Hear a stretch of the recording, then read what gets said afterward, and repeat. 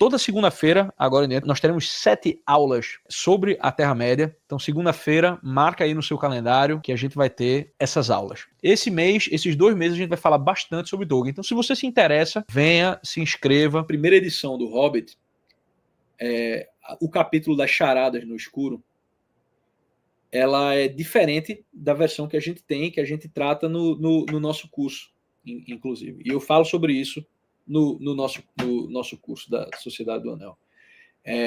Ela é uma história editada. No livro ela aparece, porque se vocês precisam lembrar, o Hobbit, ele é o relato de Bilbo. Bilbo, teoricamente, escreveu o Hobbit, né?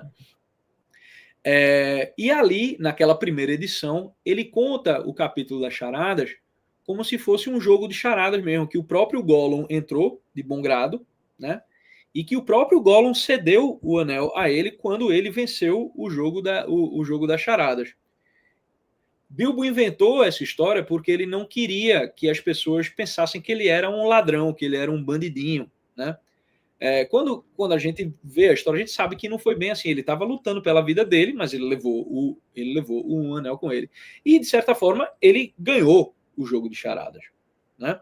Mas Gollum jamais apostou, ele jamais apostaria esse anel.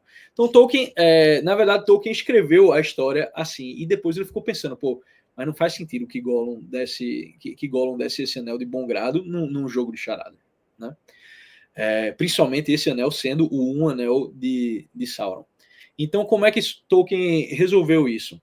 Ele diz que aquela versão da primeira edição é o que Bilbo contou para os anões, né, que estavam com ele, para Gandalf e tal.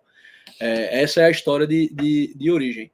Só que a história verdadeira a gente sabe, né? Teve o jogo de charadas, teve, mas ele pegou o anel para si e ele teve aquela chance lá de aniquilar Gollum. E aí ele contou isso para o conselho, né? Ele disse: isso é o que realmente aconteceu, e se eu escondi de vocês, me desculpa, que eu estava cansado de ser chamado de ladrão, porque naquela jornada, se vocês lembram, ele foi como ladrão, né? Ele foi como o cara que era para entrar escondido na caverna de Smaug, né, em Erebor, para achar, né, para achar tesouros e achar uma maneira, sei lá, de repente de derrotar o dragão. Então Bilbo conta a sua história. E isso já para Gandalf, né? Isso é algo que chama a atenção. Já chamou a atenção de Gandalf no início. Por quê? Depois no Conselho de Elrond a gente vai saber um pouco mais sobre a história de Gollum, né? Mas no capítulo Sombra do Passado, Gandalf conta para Frodo que quando Bilbo contou essa história da carochinha para ele, de que eu ganhei no jogo de charada com a criatura, ele, o próprio Gandalf, já tinha interrogado Gollum outra vez, né? No futuro, né? No futuro, Gandalf interrogou Gollum e Gollum falou que o anel era um presente de aniversário dele. Era um presente de aniversário, o outro ganhou numa charada. As mentiras eram muito parecidas. O que mostrava para Gandalf tanto que eles tinham uma afinidade, Gollum e Bilbo, ou seja, eles eram criaturas bastante parecidas, inclusive pelo jogo de charadas, né? Pelo uso do jogo de charadas, que é algo que hobbits fazem. E ele achou estranho Bilbo mentir sobre isso. Então ele já percebeu que aquilo era a ação do Anel, querendo colocar na cabeça de Bilbo, né, a sua posse do anel acima de qualquer suspeita.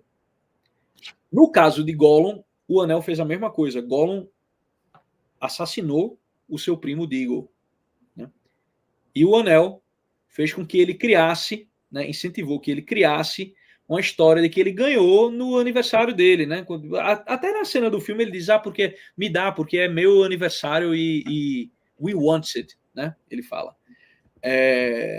antes de assassinar Deagle. Então ele conta essa história, que é uma história que ele repete para si mesmo, como uma espécie de neurose mesmo. Né?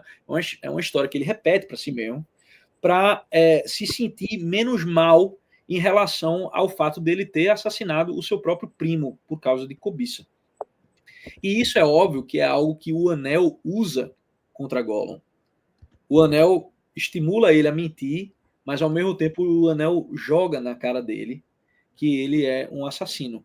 Né? Então o Anel ele erra, ele tem uma, a gente fica sabendo, né, nesse capítulo, que o Anel ele tem uma vontade própria e é uma vontade maléfica mesmo. Ele é realmente ele tem uma vontade maligna dentro dele. Ele fica torturando a pessoa que o usa.